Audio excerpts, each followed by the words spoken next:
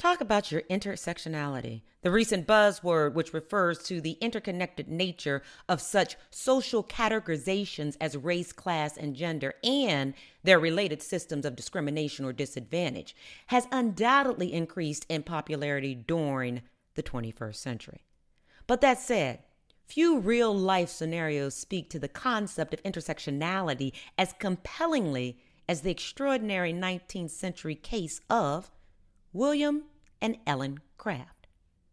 On December 21st, 1848, Ellen and William, an enslaved married couple from Macon, Georgia, got written permission from their masters as favored slaves for several days of Christmas leave. Such favoritism was not unusual, given the darker Williams's exceptional skills as a cabinet maker and his light-complected wife's status as the daughter of the plantation owner and his enslaved mistress. However, this leave, as far as the enslaved couple was concerned, would be permanent. In preparation for their escape, the savvy William concocted an outrageous plan where he cut his wife's hair to neck length while Ellen sewed a pair of men's trousers and donned them along with a pair of green spectacles and a top hat.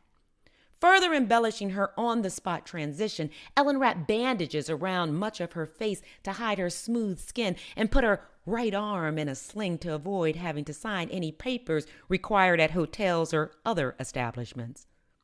By the time they set out on their bold and bizarre journey north, Ellen had transformed into a white male cotton planter traveling with his enslaved servant, William.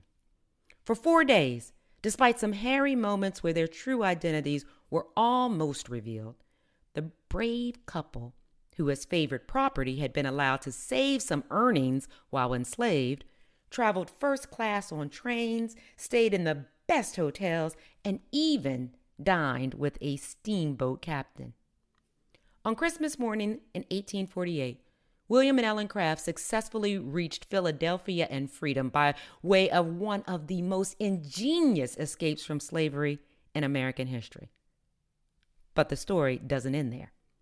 In 1850, the Crafts abandoned their Boston residence and fled to England after the passage of the Fugitive Slave Act enabled Southern plantation owners to reclaim their escaped property from the North.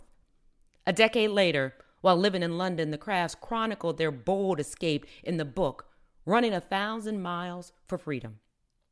Then, in the 1870s, the two would return to the U.S. and, despite harassment by the Ku Klux Klan, establish a school in Georgia for the formerly enslaved.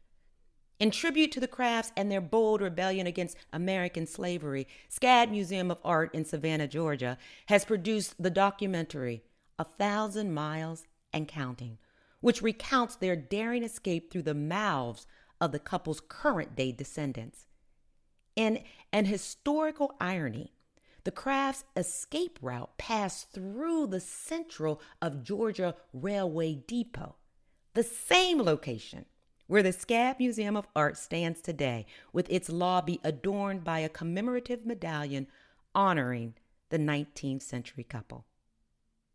BAIA bits are produced in part by the generous support of our Patreon members, with a special shout out to Zadig and Voltaire.